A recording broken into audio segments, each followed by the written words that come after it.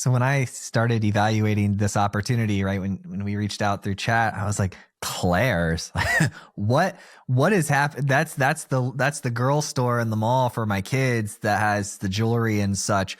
What on earth are they doing? Are they more than just a point of sale system? What's the technology stack at Claire's? So first of all, I think I should tell you more about who we are. And I would start with, I was still, when I was at, giving in the interview process, and I have two boys, so I had no idea about the brand and the customer. So I'm a store person. I went with my wife to a few stores, and I saw one of our, we call them Zalfas, our customers, because half of our customer base is Generation Z, that is 13 to 24 years. And then we have alphas, which is 13 and under.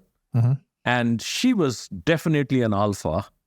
And she started to talk about her ear piercing, which happened a year ago. And she spoke to our associate, and the way she said was, "Hey, do you know me? You pierced my ears a year ago, and I'm here because I want to do more." And, I spent a lot of time in retail on the F&B until then. That connection of the customer, that, look, we have a special bonding because you made me look different than I was. You're helping me self-express, which is the core tenet of our brand, which is such an exciting thing for Claire's, and we're the industry leader. I mean, in our space, we've been doing, especially in piercing, for 40 odd years. So I call within, Claire's a hashtag 60-year-old startup. We are in 2,750 stores, 17 countries, 40 different partners. And if you see, just to answer your question, you're getting into tech stack. I mean, you think about where the customers want to be, and that's how our journey has been. Our customers wanted us to go to more countries. The customers wanted to be in CPG locations, and we started to expand. And customers wanted to talk to us on the mobile channel, and we opened up our whole e-commerce business. And then we launched Shimmerville, which is a Web 3.0 experience for our customers too. So we're all over. And it's powered by, of course, a lot of technology, which is a combination of some of our classic technology, you might call it, and some of our new, heavily Salesforce, which powers our commerce, and of course, a lot of good work which is going on. But it's a powerhouse brand for the customers in the category we are in, and it's an amazing sort of heritage that this brings in, it continues to move in the right trajectory when it comes down to managing our customers and giving them the products where they want to be, when they want to be, and how they want to be. What's the coolest thing that you're doing there? The coolest thing is, to me, is going back to the basics. It is so important in retail. And within that makes sure every customer that get into any of our stores, any of our channels, they get the experience they deserve. And then it comes down to the internal customers, which, do I have the data that I need to take decision? Do I have it on a timely basis? That's pretty cool if we can make that happen. But essentially what we're doing is we're looking at how we build the future of our experiences built on a powerhouse of solid data, solid insights, continuing from the great work which has already happened in building some of those foundations. Essentially, our goal is to build those foundations so that we can try out and scale Gen AI for our internal customers who are leveraging information to take decisions. Also, look at how we can power some of our experiences using the same technology and insights. So what are you doing with Gen AI within your teams? It's still in the foundation stages. If you see some of the work which has already started to happen within our marketing team on the content, but essentially at this stage, what we're doing is getting our foundations in place. So think of organizing our data by domains, and which is so critical, making sure that we have all good stuff in it, all good content in it. And then we're actively looking at technologies like Copilot and Fabric to power the experiences, which can happen pretty fast as soon as we have some of our foundational work in place. I haven't heard of Fabric. What's that? That's Microsoft Fabric. It's basically the next generation of, you could say, Great Lakes that they had as a platform. It gives you storage. It gives you out-of-the-box integration with several other players, including products like Blue Yonder. So it's a pretty cool technology to have because it makes it easy for our customers, internal customers, to get that information much faster. So our goal is to enable easy access to accurate information with awesome insights. And this is where the Gen AI is going to play a good role. Does your wife and your boys think that what you do is boring? Like, my wife thinks what I do is so boring. Yeah, you know what? I think your job is cooler than mine. I can say that. No doubt about it, because you talk to so many people, right? Here is the fun part where I think I will have an edge. When the work we do translates into an experience of our customers, that becomes cool. Okay. And I've seen that happening across my tenure. I mean, if I start from whether it was Yum in India, Asia, or in the US, or in Starbucks, it's that smile you see on your customer faces, and I would add even on your associate faces, when you do some cool stuff, which may be boring when we build those stuff, but it's that excitement that you see, as I saw, just let's talk about the journey, which, the customer I saw during my interview process. She would have gone through a very good online scheduling system. She would, or perhaps saw us in TikTok or Instagram, picked up what she wanted to do, and she came in after that whole experience to our store and got through a very great customer experience, which she remembered so good, that she wanted to come back and introduce herself and do more transactions with us. That's the cool part of what we do. And that's the stories we often get to our teams within technology. Just imagine if you're a head of network in our company, or you're a network engineer in our company, or a data engineer, and you hear and you connect those dots on how you're powering the customer journey. It is so powerful for them. It's just so powerful. So that's I can give you so many stories about this. When we at Starbucks, when we launched the mobile experience, the complete experience for our licensees, and you would often go to a host store and you would not be able to use the Starbucks app for a long time. And during COVID, there was a good stuff which was happening within the tech team to power that. And then we started, I was actually coming on a plane from Seattle to Chicago, and I heard two of the customers talking to each other, our passengers, and saying, well, Starbucks has launched this cool stuff. Now I can order through my MOP, even in the store, at the airports.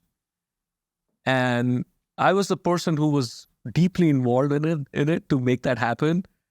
The moment they landed, they put in their order because they knew exactly which gate they were getting in, and they got their coffee.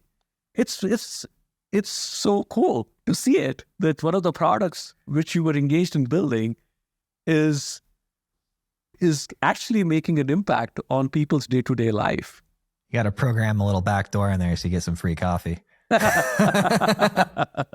Some extra points. Extra points. So you did Yum as in like the food brands? So Yes, Yum, yes. Starbucks. Did you do something with Uber Eats? A lot of food stuff going on. Yeah, so that was interesting. There was like, when I was just getting into Starbucks, and I came from a delivery background because of Pizza Hut. So one of the things Starbucks had already done was to tie up with Uber Eats to do delivery.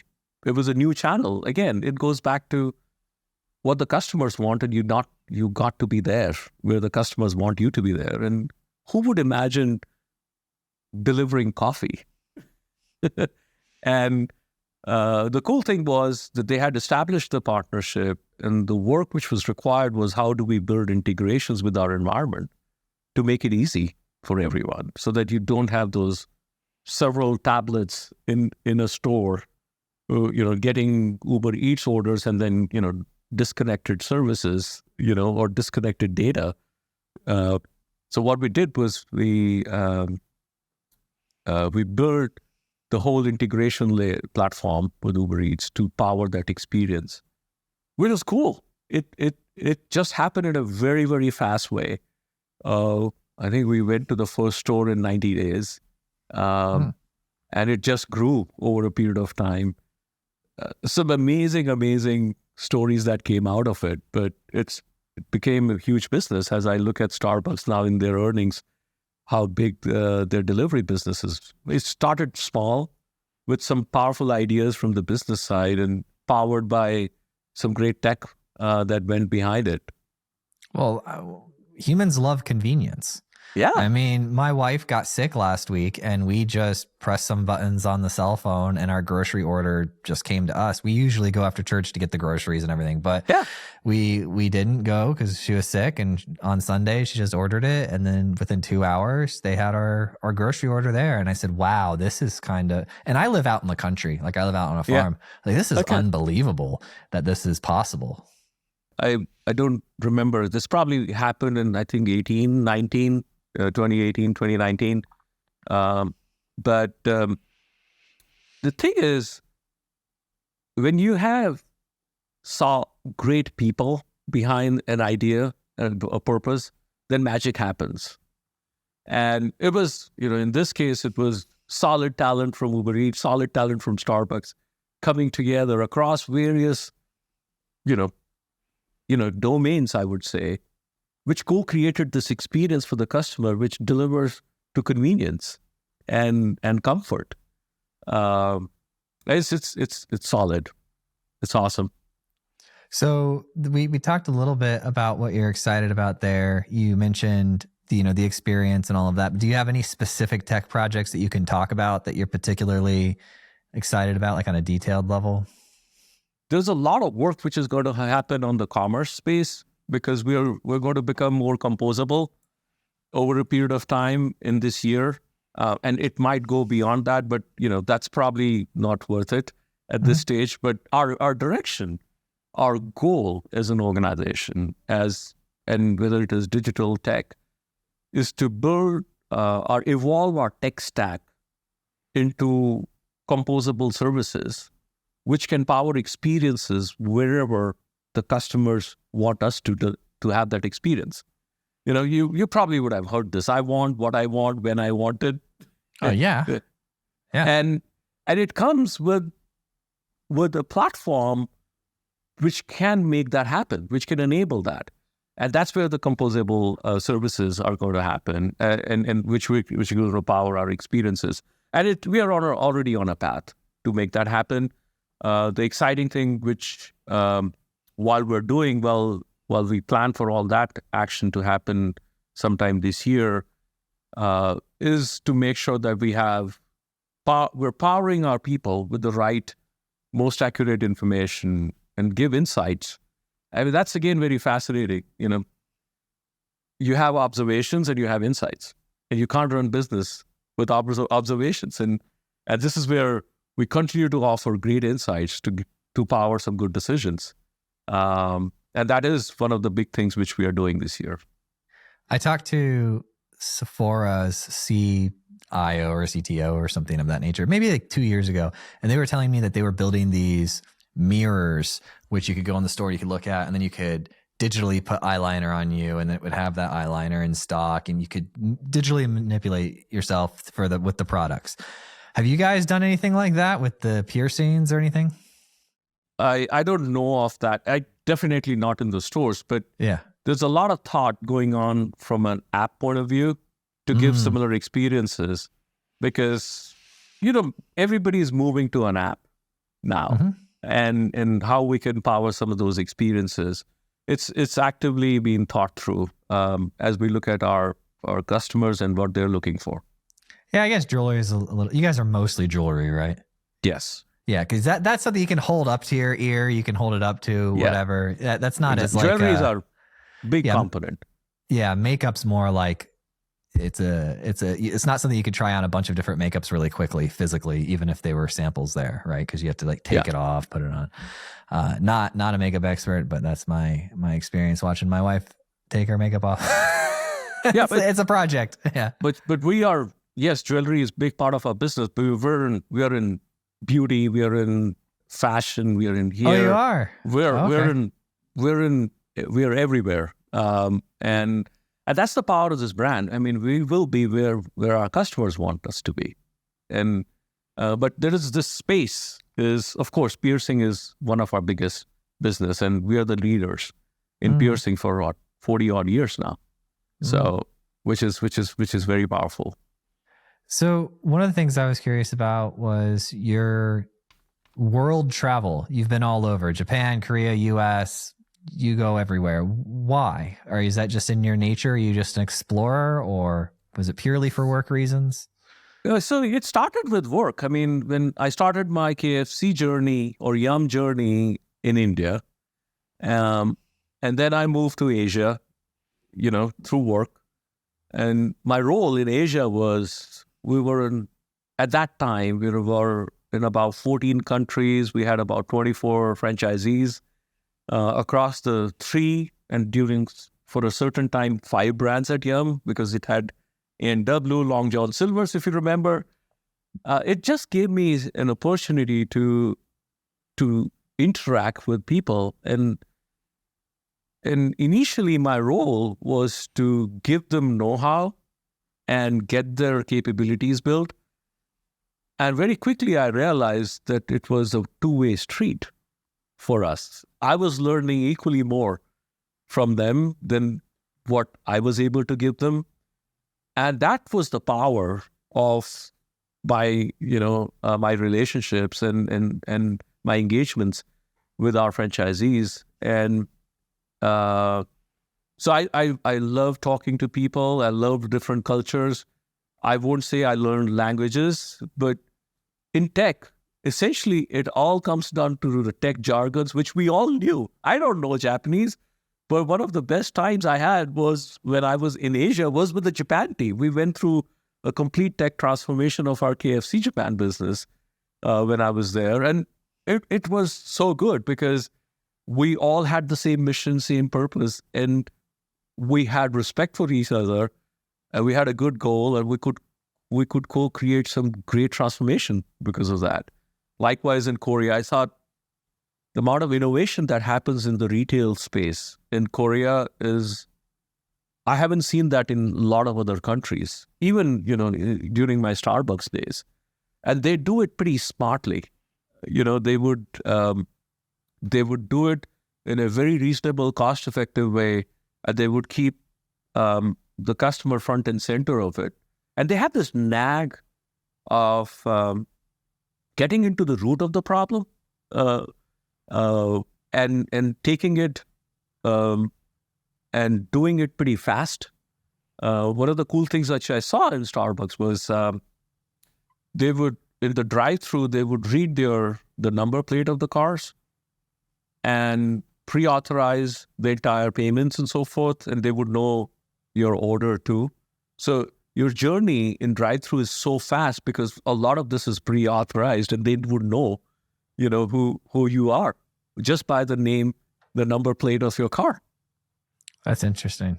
And then there's, if you look at countries like Indonesia, where a lot of people, there's so many people in that country, they're hungry for the foreign brands, and they're the most innovative bunch of people, I met. And they would do cool stuff, whether even building a point of sale in a very quick time frame, because it was the need of the hour for them. And when I was in Asia, this is the cool thing, internet was just becoming something, and there was no Oracle ATG, there were no Hybris at that time. And this creativity of folks in that business we were big on call centers. A lot of our countries took the call center engines and put a web front end and launched their commerce platform, which is cool. and they could do this because of creativity, partnership, ideas, and then hammer them to execution in a very good way. So I always enjoy, because I get a lot of things back from them in terms of, there are a few things I love about that travel. You always find people who are willing to give you more than what you are giving them, which makes you feel that how you can give more back to them. They do it with a lot of humility. So, you can see a lot. I've seen a lot of people with a lot of pride, but when you have people who have a lot of courage and they still have a lot of humility, it goes a long way. And that is what I saw in my travel. And then, I see a lot of fearless attitude too, because of the situations which they have seen. They have evolved over a period of time in very difficult circumstances in some of those countries, and you get inspired by seeing some of that. What are some of the different leadership styles you saw in the different countries? Let's start with Japan. It was a lot top to down, but I saw that. I also saw a change in my 7 years. There would be leaders who would be inviting their teams, knowing that there would be a lot of respect, but still inviting them and giving them permission to speak. And I thought that was a pivotal moment, in my experience with Japan, was when I saw in those relationships that the leaders were giving them the permission, knowing that, our traditional style has been top to down. And that changed the game in terms of how people were looking at problems, how people were looking at solutions. I saw a lot of focus on empowerment, and a lot of commitment in growing people. So, and it's infectious once you get into the rhythm. So, a lot of collaborative style amongst the peers on how the peer-to-peer accountability worked in some of those countries, which made their teams much stronger. And their ability to build teams and trust amongst each other, which is the foundation of every leadership team. I saw that consistently in several countries I visited. What were they doing? What was it like specifically? First was clarity on purpose, on what we all are here for. So that was important. And the second was be straight and honest with each other. When we are having a discussion, just say it. And just say it with respect. And we were in a relationship which was, we were the franchisor, and I worked a lot with our franchise organization, but you could see that at times, that the transparency and the trust which was built through mutual respect and common purpose and good peer-to-peer accountability. It was good to see that. Oh, I'm watching time. I just want to make sure we are good on time. What'd you do at Pizza Hut? So Pizza Hut was, I was the CIO for the Pizza Hut brand in the US. And the way I got in the business was, our pizzahut.com at that time, the site was going down, 2 Fridays, 3 weeks before Super Bowl. So, again, that experience was amazing because I didn't know the stack. It was a third party who was doing the work. And how we assembled the team across our teams at Yum, and with the vendor, and tweak the architecture in a record time, and have a record-breaking Super Bowl was one of the amazing experiences. And it needed change everywhere in the infrastructure. It also needed science. What is the kind of expectations we have in terms of orders per minute? And are we ready for it? How are we doing the testing of our sites and our stack? How does that stack up? Basic fundamentals. Are they getting thousands of orders a minute, or like tens of thousands or hundreds of thousands? What's the volume? At that time, it was, I think, 1,600 orders per minute. Whew, that's a lot of pizzas. Yeah. It doesn't happen across the time. You get of course. Specific. I'm not ordering pizza at 6 a.m. Yeah. So you get, like, I think it was a certain time before the Super Bowl, actually, when you see it. And then the other interesting thing in that space was, during that time, I think people didn't realize how mobile web was becoming a big deal. And while people were still working on the desktop version of the site, there was a small team which was ideating, iterating on this mobile web experience. And suddenly, as we were tracking numbers, we saw a clip that it went more than 50% of our overall web sales through the web. And it essentially, it comes down to, do you have the foundation in place which can take the scale? Do you have the right stack, on the front end part of it, which you can use to innovate? And do you have the right talent? And do you have the right culture, empowering that talent to make it happen? And then the magic happens. So I mean, that was Pizza Hut. And, if you just look at even the Starbucks and look at we're taking the whole digital experience in entirety to the licensees. It was powered by a small team of innovators, and it happened pretty quickly.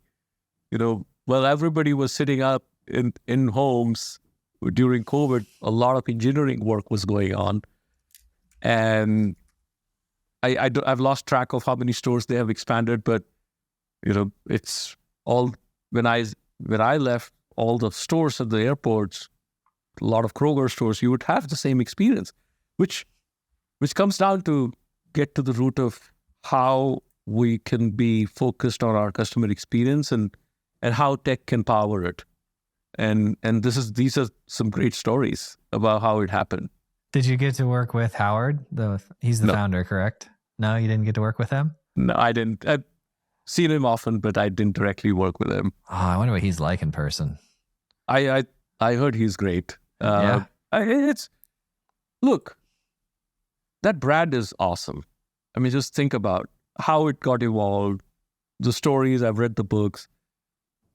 It needed the vision which he had, and I have so much respect for his passion. His love for the brand is amazing. seen him in action, but the way he thought about it, the way it evolved, it's not easy to have that vision and to deliver it at the scale. It's amazing. Hey, how has Amazon been impacting your business? I don't know much about it, but Amazon is a great partner of ours. So, I mean, they are one of our retail partners who's helping us. Oh, so you can buy Claire stuff through Amazon? Through Amazon as well. So Nice. I still need to confirm that, but yes, we have Amazon partnership. Oh, nice. Yeah, that so you would see them as like a digital reseller or digital storefront. They are our partners. Yeah. They are very important partners. Yeah, because they came out of nowhere. You guys are 60 years old, Yes. So, 20 years ago, Amazon wasn't the way it is today. And so that would mean you guys were 40 years old at the time. And then all of a sudden this new thing happens. A lot of new things have happened over 60 years, but being able to adapt to those new things is always fascinating. Yeah. And that's the power of this brand. How we have continued to look at outside and continue to evolve ourselves. From a product point of view, from technology point of view, yes, we have work to do always, but it's not easy to be there for 60 years and still be a market leader in ear piercing. Yeah. How involved are you on the business side of things? Oh, very active. I'm part of the part of the leadership team, and we're 18 months now in the organization. Yeah. And I'm very actively engaged. Because when you guys are at the leadership team, are things coming up like Kylie Jenner building $1 billion brand on Instagram and selling things that compete against your products? Like, do you guys have conversations about the influencers, or is it not big enough on the radar yet? We have influencers. Oh, you do? Yeah, we have. Oh, cool. And our marketing team is awesome. Yeah. In terms of their social engagement. We could always do better, but they're always on top of this dial. It's so critical for our brand, and especially our customers. We're all in the forefront of it. And it's such an important part of our business. Yeah. I was interested to talk about those areas. Sometimes people don't want to, but I did have a conversation, and it did really well as far as like how well the episode performed, with a guy named Nathan, who is the CIO or CTO of Synergy, like cinemas, like a chain of cinemas. Yeah. And I asked him at the beginning of the interview, I was like, hey, so streaming, like I much prefer it coming directly to my device. Sometimes they dual release. Like, what are you guys thinking and how are you overcoming it? And he was just like really honest and open and transparent about the whole like streaming thing. And like, yeah, it's definitely a threat, and yeah, it's killed market share, but this is how we're adapting. And I thought it was really fascinating.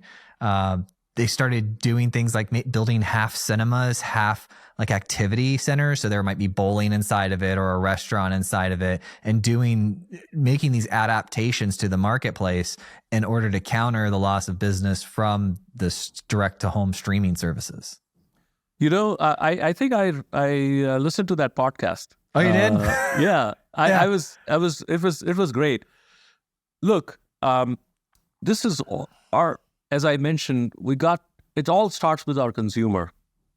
And, we have a new store experience, which we are launching. We have launched actually in Dallas area. Nice. Where we would continue this is the brand we are. I mean, this is the brand you always want to be listening to your voice of your customer and continue to evolve. And add more components to it as we hear back from the customers on, the experiences that we are launching, testing. And this is just not just the experience, even on the products, right? So that's what we are here for, because our customer is probably one of the Zalfas are the most creative, most savvy, most diverse.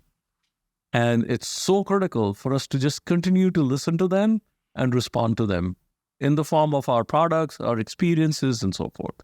So that's the best part of this job or this organization, this brand, because you're always looking ahead, in terms of experiences. What's the experience in Dallas? How is that different from the one in Nashville or another place that I might see Claire's? It's, you see less products, different organization, different workflow, easy experience, and different set of products too, to some degree. So if you ask the associates in our stores, they would say, I have more time for my consumers now, or my customers, because they have things which are managed with the new design. So it's customers are loving it. What is your single best piece of advice for emerging technology leaders? First of all, get the basics in place. If you don't have the basics in place, everything that you're building on it would fall one day. So when it is data, it's garbage in, garbage out. I can run Gen AI anywhere, but if I have garbage in, it'll throw garbage out. To me, that's get your foundation in place, get your clean data, get your infrastructure in place, have the right investments in technology, which can power you to scale. Because at the end of the day, every business is going to grow. And a lot of businesses are not able to scale when the demands shoot up. Yeah. And so make those investments. And last but not least, build a strong team with the right talent, with the great attitude, and a culture which can unleash their capabilities. Nailed it. Dude, this is great. We did it. We made a podcast. How do you feel? I feel we need more time, but we can spend more time later.